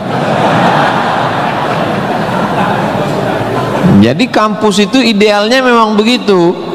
Jangan sampai fakultas pertanian nggak pernah megang tanah, beternak ikan di atas kertas. Fakultas peternakan, fakultas perikanan, tapi nggak pernah megang ikan, hanya presentasi makalah. Begitu lulus kerja jadi teller di bank, nggak nyambung. Maka di sini praktek. Tadi saya diberitahu oleh Bapak Ketua HIPMI, Ustadz Somad, ini tempat praktek pertanian. Masya Allah. Negara kita ini, kami dari atas tadi, gemah ripah loh jenawi, tongkat dan batu jadi tanaman, hijau untayan katulistiwa, tapi berasnya impor. Kenapa? Padahal tanah begitu luas. Menunggu sarjana-sarjana pertanian dari Universitas Sriwijaya. Begitu. Kenapa enggak kita tanam? Kalau kita tanam, otomatis tanah kita berkah. Kalau sudah dia nanam padi, pasti dia malam berdoa sama Allah, tumbuhkan padiku, berkahkan rezekiku, turunkan hujannya. Kalau sudah ditanam, otomatis ekonomi bangkit, orang akan bekerja, otomatis padi tadi akan dibawa ke kilang padi untuk mengupas kulit padi jadi beras. Berasnya diperdagangkan, diniagakan di pasar-pasar hidup. Tapi tidak semua orang mau. Kenapa? Karena dengan import ada fee, ada uang masuk, ada kejahatan, membunuh petani, membunuh pedagang, akhirnya orang dininabobokan. Jadi solusinya apa? Solusinya semua mesti berangkat dari kampus. Kampus apa? Kampus Universitas Sriwijaya. Ustadz beberapa kali nih nyebut Universitas Sriwijaya. Dia memang setiap 5 menit sekali disebut. Terus kalau orang belajar di Universitas Sriwijaya ini, Ustadz Somad dapat apa? Saya dapat amal jariah dari alumni-alumni yang membangun Indonesia menuju Indonesia Emas 2045 insyaallah. Universitas Sriwijaya bukan swasta, negeri. Orang berbondong-bondong nasional dari Sabang sampai Papua mau daftar ke sini. Yang sudah lulus alhamdulillah, yang belum lulus berusaha, bertawakal, berdoa insyaallah. Enggak lulus-lulus innalillah. Sudah lulus belajar, banggakan orang tua. Enggak usah dulu matanya jelalatan lirik sana lirik sini, nembak cewek enggak diterima, cinta ditolak, kapak bertindak. Enggak usah, serius aja belajar. Saya jadi mahasiswa sama seperti adik-adik. Saya sampai di Kairo 5 September 1998. Belajar 99, 2000, 2001, 2002. 4 tahun saya di Mesir, tidak pernah pacaran sekalipun.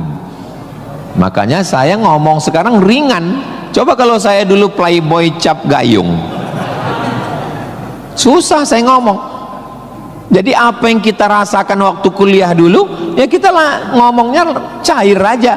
Adik-adik jangan pacaran, yang penting kualitas belajar, sibuk menyibukkan pikiran untuk belajar. Terus Ustadz dulu nggak pacaran itu gimana ceritanya? Mahasiswa Indonesia 2400, yang laki-laki 2100, yang perempuan 300. Saya termasuk yang tereliminasi, kalah dalam persaingan. Tapi kalau kita kalah dari satu sisi, jangan kalah dari sisi yang lain. Saya alhamdulillah untuk masalah pacaran mungkin saya kalah. Saya bukan petualang, saya kurang suka adventure. Tapi dalam masalah belajar saya serius. Di Al-Azhar tidak pakai sistem SKS, dia pakai sistem paket. 1 tahun ada 14 mata kuliah tambah 2 juz hafalan Quran dan dibagi 2 termen, 7 termen awal, 7 termen 2. 14 mata kuliah, kalau nggak lulus 3 ulang setahun. 3 mata kuliah itu hanya diulang dalam setahun, habis umur. Maka saya berusaha belajar pagi, petang, siang, malam, tetap tidur dan makan. Dan akhirnya saya selesai S1, masuk bulan September.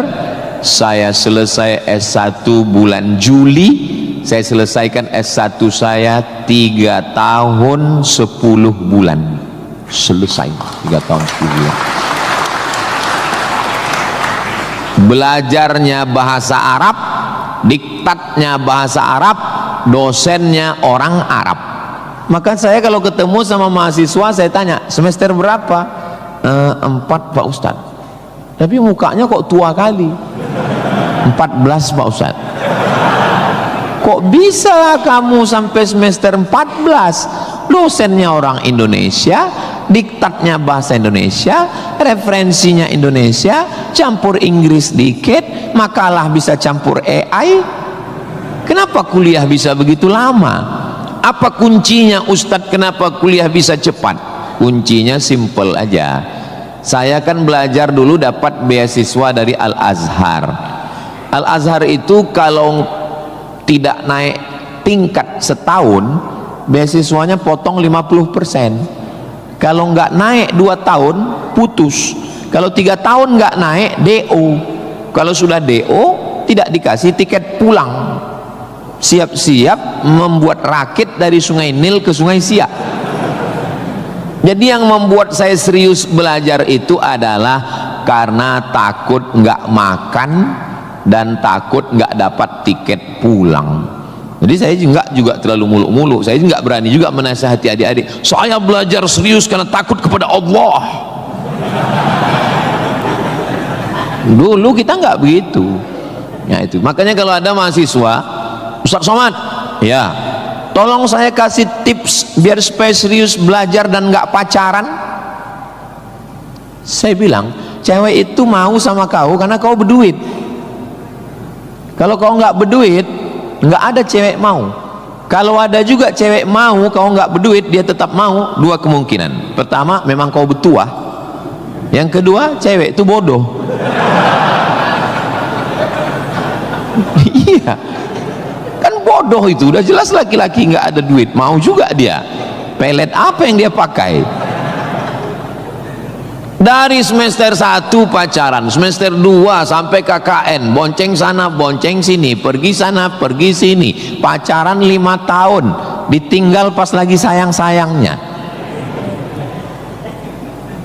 Mohon maaf, kalau ada mahasiswi yang mau pacaran sampai 5 tahun, itu sama seperti iklan roti, dibuka, dijilat, dicelupin, nggak dimakan-makan.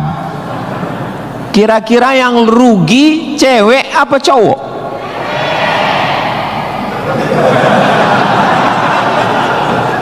Kalau sudah tahu rugi masih mau pacaran, berarti itu IQ-nya di bawah rata-rata itu. Itu pasti nggak lulus di Unsri itu. Di Universitas Sriwijaya ini orangnya cerdas secara intelektual dan cerdas secara spiritual dan cerdas secara emosional. Cinta, benci, marah, sayang, kecewa, bahagia, itu semuanya adalah emosional. Bahwa kamu jatuh cinta, kalau ada mahasiswa jatuh cinta sama mahasiswi, bersyukurlah, berarti kau nggak homo. Tapi ketika cintamu itu mengalahkan prestasi studi, ingat, orang tuamu bersusah-susah di kampung, kepala jadi kaki, kaki jadi kepala, dia bertani sawah di kampung. Pagi waktu dia mau pergi ke sawah, masih bisa dibedakan mana bapakmu, mana sapi. Begitu pulang sore, sama bentuknya. Tiba-tiba kamu di kampus menjadi foto model, menjadi, nggak usahlah diteruskan, menyakitkan hati. Kenapa ceramah Ustaz Somad ini kok menyinggung saya terus ya? Kunci mendengar ceramah Ustaz Somad itu satu, jangan tersinggung. Ada beberapa orang tersinggung, pulang meninggal.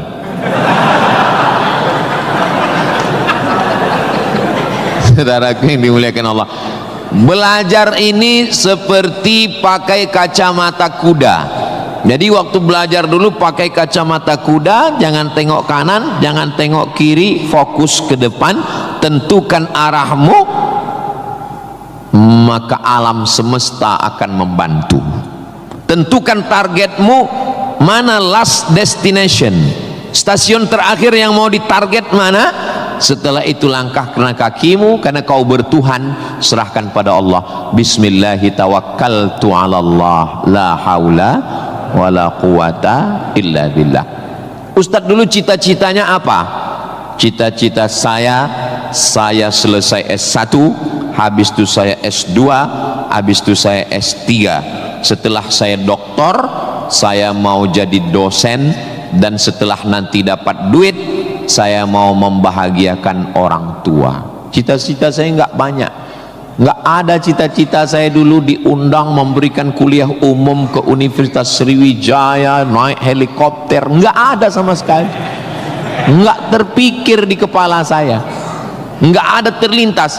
Cita-cita saya simple, singkat aja. Yang penting kuliah S1, S2, S3, habis itu doktor, jadi dosen, pulang ke kampung, ngajar, membahagiakan orang tua. Makanya waktu saya kuliah di Maroko, saya anak pertama, adik saya anak kedua. Kami cuma berdua, adik beradik, saudara kandung laki-laki dua-duanya.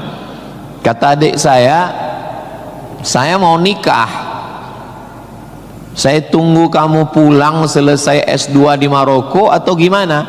Saya bilang kau nikah aja duluan, karena aku nggak jelas tanggalnya nih kapan. Pulang pun aku belum tentu nikah, aku masih banyak cita-citaku. Aku masih selesai S2, aku mau S3, aku mau jadi dosen, aku dapat uang, membahagiakan. Kau kalau mau nikah, nikahlah duluan, jangan terhalang karena aku. Alhamdulillah adik saya menikah duluan, anaknya sekarang sudah gadis, anak perempuan pertama, dan sekarang sudah belajar di Al-Azhar Kairo, Mesir. Jadi kita bagi-bagi, kau bahagiakan dengan ibu punya cucu, dan aku membahagiakan dengan kuliahku. Nah, jadi kalau kita mau kuliah, jangan juga kita halangi adik-adik kita yang mau nikah. Nah, jangan sampai kita mau S2, S3, S teler, S cendol, S doger, S Bandung, sampai yang di bawah-bawah ini terhalang, terkendala. Nah, tapi insya Allah adik-adik semua sesuai dengan apa spesialisasi kita. Jangan belajar di tempat yang kita nggak minat, nggak suka, akhirnya kita menderita. Kita udah nggak suka bidang ini, tapi karena terpaksa akhirnya menderita, stres, depresi, mati. Apa yang suka? Ini Pak Ustadz, anak saya ini dari kecil memang saya lihat kemana-mana bawa martil Pak Ustadz. Masuk fakultas hukum, jadi hakim konstitusi. Insya Allah. Nggak lulus Pak Ustadz, jadi tukang. Mohon maaf Pak tukang, jangan tersinggung. Karena masjid ini selesai juga karena ada tukang. Anak saya ini kemana-mana bawa jarum suntik Pak Ustadz, fakultas kedokteran. Nggak lulus, pecandu narkoba. Nah, jadi kemana arah kita? Ustadz Somad dulu biasanya anak itu dari kecil sudah kelihatan itu bakatnya kemana. Saya tanya sama emak saya, aku mak dulu kecil kemana arahku? Kau dulu, kata emak saya, kalau kusuruh beli gula sama beli minyak ke warung nggak pulang-pulang. Kenapa? Cerita sama orang di warung itu, cerita. Kalau lagi keluar main dulu itu, kalau masuk kelas jam istirahat itu dulu namanya keluar main. Bapak dulu gitu juga, berarti udah tua. Anak sekarang nggak tahu, sebaya kita berarti sama-sama 28 tahun. Masalah umur ini kan bukan masalah angka, tapi masalah rasa. Saya terus terang, kalau di tempat lain saya ceramah saya merasa tua, tapi di Unsri ini rasa semester 7 ini sekarang. Nah itu, maka saya memang minta itu kepada Ustadz Kemas Ali, tolong kalau saya datang ke Sumatera Selatan 5 unsur mesti tercapai. Saya ada ceramah di kantor, alhamdulillah tadi sudah di kantor polisi. Tolong bawa saya ceramah di tanah lapang, tablik akbar supaya semua masyarakat dapat. Yang ketiga ceramah di masjid supaya ada pengajian yang betul-betul ngaji, biasanya subuh. Yang keempat adalah ceramah di spesialisasi, kadang ceramah di IDI, Ikatan Dokter Indonesia, ceramah di PERADI, Persatuan Advokat Indonesia, kemudian satu lagi di kampus. Kenapa saya minta kampus? Karena kampus ini masa depan. Kalau panti jompo itu masa lalu. Ustaz jangan disebut jompo, kami di sini ada juga yang tua. Saya tidak ada melihat orang tua di sini. Ini hanyalah anak-anak muda yang terjebak di tubuh yang tua. Nah, jadi sebetulnya masalah tua dan muda itu adalah masalah semangat dan perasaan. Kalau semangatnya muda, perasaannya muda, maka disebut dia dengan sumpah pemuda. Padahal yang bersumpah itu orang tua. Tapi karena dia semangat, memang luar biasa Masjid Nabawi Unsri ini. TV-nya 4 di kiri, 4 di kanan. Luar biasa katanya. Kadang kita ceramah di beberapa masjid itu kecil aja TV-nya. Ini sampai 4. Ini menunjukkan anggaran untuk kampus ini memang hebat. Itu luar biasa. Jadi kalau ada orang mengatakan bahwa Sumatera Selatan itu bawahnya itu banyak emas, Memang datanglah ke Unsri, memang terbukti atapnya pun emas. Nggak salah itu Pak Ketua HIPMI, memang banyak emas yang perlu digali di Sumatera Selatan ini, dan Unsri sudah mewujudkannya di atas. Siapa yang bisa melakukan bukan eksploitasi, tapi menggali potensi yang ada di alam ini, nah, itu adalah mahasiswa. Inna fi khalqis samawati, dalam penciptaan langit, wal ardi, penciptaan bumi, waqtilafil laili wan nahari, perputaran siang dan malam, la ayat, itu semua adalah ayat-ayat. Apa yang kau tahu tentang ayat? Ayat kursi Pak Ustaz. Apa yang kau tahu tentang ayat? Ayat Al-Quran Pak Ustaz. Apa yang kau tahu tentang ayat? Ayat-ayat cinta Pak Ustaz. Ayat semesta. Inna fi khalqis samawati, penciptaan langit, dipikirkan dengan akal, muncul ayat, namanya ayat kauniyah, ayat semesta yang dikaji satu fakultas khusus, namanya fakultas astronomi, bukan astrologi. Yang perlu dipelajari itu astronomi, bukan astrologi. Kalau yang astrologi itu, Anda lahir bulan April, bintang Anda Taurus, jangan jatuh cinta dengan Pisces, karena kalau ikan jatuh cinta dengan kambing, nanti tinggalnya di mana? Buang-buang waktu aja itu, nggak usah dikaji.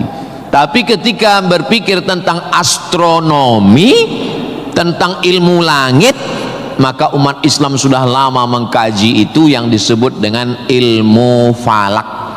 Ilmu falak itu yang dipakai oleh Badan Lembaga Hisab dan Ru'yah. Hisab artinya perhitungan, menghitung bagaimana tingginya matahari, bulan di atas ufuk. Kenapa terjadi persimpangan antara NU dengan Muhammadiyah tentang penetapan 1 Ramadan dan 1 Syawal?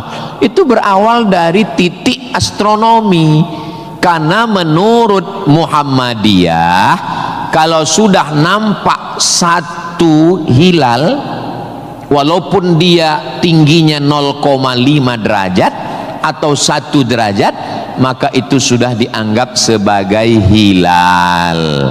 Tapi menurut NU, Perti, Persis, Al-Wasliyah, Nahdlatul Ulama, maka mereka mensyaratkan sesuai syarat Mabim, Malaysia, Brunei, Indonesia, Singapura, mensyaratkan mesti 3 derajat. 3 derajat baru dianggap sebagai hilal. Kalau 1 belum dianggap sebagai hilal. Kata Muhammadiyah 1 pun hilal, kata NU 3 baru hilal. Akhirnya datang wakil presiden Indonesia, namanya Bapak Yusuf Kala. Pak JK duduk dengan NU dan Muhammadiyah. Kata Pak JK, gimana kalau NU turunkan 1, Muhammadiyah naikkan 1? Karena beliau kan pengusaha, bisnismen, biar supaya ketemu titik temu. Ya nggak ketemu, karena ini metodologinya berbeda. Akhirnya karena nggak ketemu, itulah terjadi 2 perbedaan. Maka umat Islam di Indonesia, dia saling menjaga perasaan masing-masing. Akhirnya masing-masing mengamalkan. Yang satu dengan 1 derajatnya, dengan 0,2-nya, yang satu, dan nanti akan terulang lagi pada tanggal 20, pada tanggal 19, hari Kamis 19 Maret itu nanti satu Indonesia akan mengeluarkan teropong untuk melihat astronomi, apakah nampak anak bulan atau tidak. Di Riau itu teropongnya dibeli dulu harganya 50 juta. Sejak dibeli sampai sekarang nggak pernah nampak hilal. Ustaz kok tahu? Teman saya kebetulan salah satu yang bekerja di situ. Dia pernah posting gambar di teropong. Saya tanya, apa yang nampak? Dibilangnya gaji 13 katanya.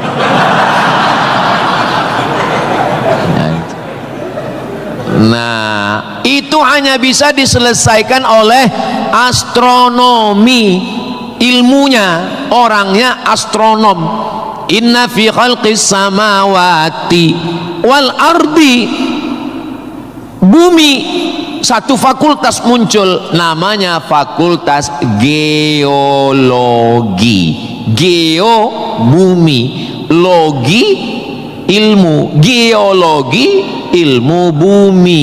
Ternyata di dalam bumi ini ada batu bara. Di dalam bumi Sumatera Selatan ini batu bara. Ustaz tahu dari mana? Tadi waktu kami naik heli tadi. Ini nyebut heli ini 20 menit sekali harus diulang. Waktu kami tadi naik, itu di Sungai Musi di bawah banyak sekali kapal-kapal membawa batu bara. Batu bara itu di dalam tanah. Tapi kalau di Sumatera Utara di atas tanah. Abdul Somad batu bara. Di dalamnya ada nikel, di dalamnya ada minyak, di dalamnya ada emas, di dalamnya ada fosfat, di dalam ada gas. Banyak sekali. Sebetulnya yang dicari Donald Bebek itu apa? Sampai jam 12 malam masuk ke kamar tidur Maduro, presiden Venezuela, yang lagi sedang tidur di samping istrinya dicomot oleh Donald. Sebenarnya Amerika cuman mencari satu, nyari minyak. Karena Amerika memang adidaya, betul. Amerika memang kaya, betul. Tapi Amerika nggak punya minyak, maka dia mesti ngambil Venezuela. Tapi minyak Venezuela ini juga nggak aman, maka dia perlu minyak yang aset paling besar di dunia. Di mana itu? Iran. Itu enaknya ceramah di Unsri ini, nyambung. Bagaimana saya bilang Iran? Dulu nama presidennya Reza Pahlavi, bisa diatur oleh Amerika, tapi kemudian datanglah pemimpin spiritual namanya Ayatollah Khomeini tahun 79 tahun 80, maka semua perusahaan Eropa, Amerika stop, nggak boleh masuk. Akhirnya dia diembargo selama 46 tahun. Gimana cara dia bisa hidup 46 tahun? Jual minyaknya kemana? Amerika nggak mau beli minyaknya, Eropa juga nggak mau. Kenapa Iran tetap bisa tumbuh? Dia jualnya ke Rusia dan Cina. Ada ilmu khusus yang mengkaji ini. Ilmu apa namanya? Geopolitik. Geo dunia, politik. Jadi politiknya bukan antar pilkada kabupaten, tapi geopolitik dunia. Maka Ayatullah ini mesti digulingkan. Meninggal Ayatullah Ruhollah Khomeini, digantikan penerusnya namanya Ayatollah Ali Khamenei. Khamenei mesti dibunuh karena dialah pemimpin spiritual, maka diserang, akhirnya meninggal. Mereka lupa, Amerika lupa. Dia sangka kalau kepalanya dipotong ini mati. Mereka lupa bahwa Iran pernah berperang 8 tahun dengan Irak. Siapa yang membiayai Irak waktu itu menghantam Iran? Amerika. Siapa yang disuruh menghabisi? Saddam Hussein. Saddam bantai. Sebetulnya itu latihan perang. Maka ketika dihajar, menurut Donald Trump 4 hari saja untuk menyelesaikan Iran. Begitu 4 hari tidak selesai, dia ngajak genjatan senjata. Lalu apa jawab Iran? Kau yang memulai, kami yang mengakhiri. Begitu jantannya. Kalau mau ambil minyak Venezuela, tumbangkan Maduro. Kalau mau ambil minyak Irak, tumbangkan Saddam. Kalau mau ambil minyak Libya, tumbangkan Gaddafi. Maka Gaddafi tumbang.